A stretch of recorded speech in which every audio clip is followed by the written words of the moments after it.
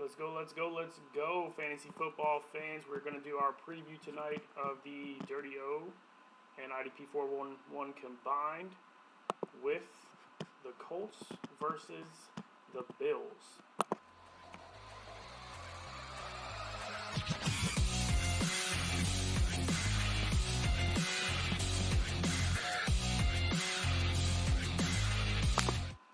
Alright guys, what's up? Welcome to a live broadcast of the Dirty O podcast and IDP 411 combined. Tonight we are going to preview tomorrow's first football game, the Bills versus the Colts. Again, it's hard to get hyped up for a preseason football game, but it's still football, right? So let's get on this life. Pretty happy about this, guys. Moving forward, got some big stuff for you. You're not going to see big players like Marlon Mack play tomorrow, right? And you're seeing guys getting transition, new guys coming in, old guys coming in. Some guys getting their first real opportunity since last year to play. And so, because this is the Dirty Old podcast, we're going to go with our first guy.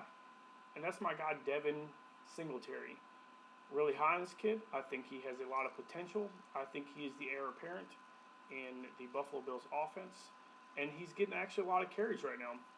LaShawn McCoy's supposed to sit out tomorrow. They expect Frank Gore to play.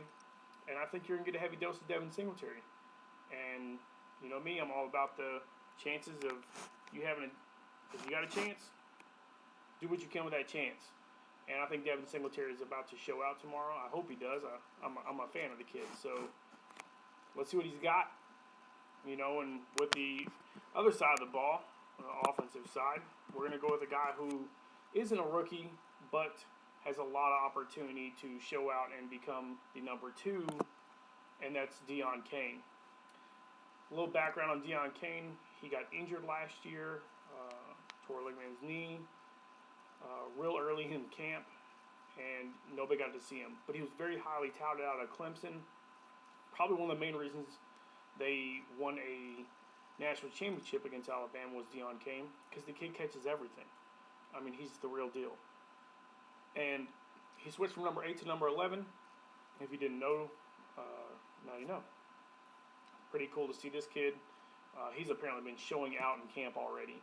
A bunch of one-handed catches, a bunch of mosses, you know, against a pretty solid secondary and a really good defensive team in the Colts, who just got better in Justin Houston, and you know, I think their linebacking core is really starting to come together. They obviously have my favorite linebacker in Darius Leonard, who showed out last year. And you heard from me last year, I definitely called Darius Leonard as my breakout player, and I told him he was going to be still the draft in the 3rd round, and I was dead on that one. And I appreciate you guys for actually that pointed out to me on Twitter. Somebody knocked me in the other day. It's like, hey, you called this. I appreciate it. You probably helped me win a league.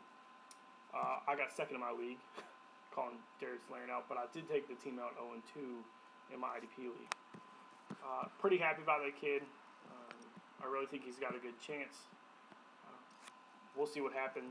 The guy that I'm going to tell you that I'm focusing on this year is also a linebacker who I think has a chance to make a name for himself, and I've got a ton of questions about him throughout camp because of what he was coming into the league, and that's Okereke. Very talented kid out of Stanford. What most people know this kid from is he had a sexual assault charge against him, supposedly tied on investigation. He has come out and said it's not true. You know, obviously that was years ago. It was 4 years ago, and for some reason people like to bring up drama always. But this kid is a talent. He's a leader.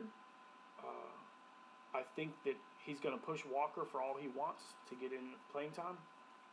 And Walker showed out last year when he had the opportunity next to Darius Leonard. And I think the linebacker core is just going to play that much better because of addition of Justin Houston and the guy that they brought in, Ben Banigou, who I am a huge fan of. Led college football in pressures last year. So watch out for that kid. For sure. I like Banigou. I think he's going to get a chance to show out tomorrow as well.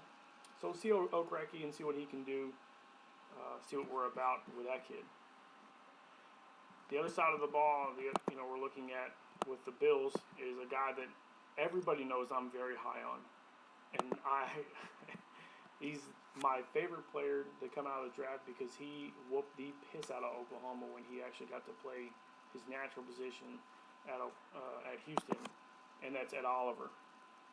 The guy is a monster. I said from the beginning he would move into the starting role. He has done that already. However, they're going to let him play a little bit tomorrow. Some real-time plays, not just hitting practice plays. You're going to see all you want of Ed Oliver tomorrow. And that's pretty legit because that dude is a monster, and I think he could be a steal in a rookie draft if you have him, because he's kind of flying under the radar a little bit. I mean, I get that he's still a top draft pick, but people don't like defensive tackles. They just don't do it in a rookie draft, and he's a great fantasy stash for sure. And he doesn't really get injured.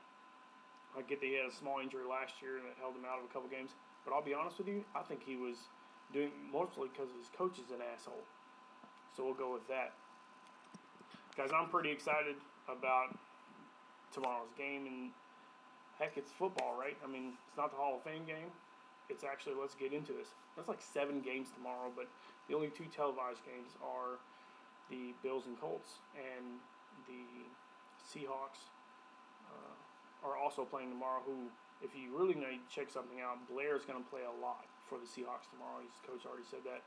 I like Marquise Blair. I think he has got a good chance to be a starter there. They haven't named him the starter yet, but that kid comes downhill. I've done an IDP 4-1 on him. Check out my videos on YouTube at JTLAAG on YouTube. Follow me at Jared Gray. And as always, guys, go check out www.fulltimefantasy.com. They are everything you want to listen to, podcasts, have a great website on everything fantasy football. They've been picked up by a huge company. I can't really put that out for them, but check them out. They're great. They're also everything you want for podcasts. Go check them out on Clipcast as well. Any player you want to look at, the guys do a great job over there. And as always, guys, you know me. Let's go, let's go, let's go!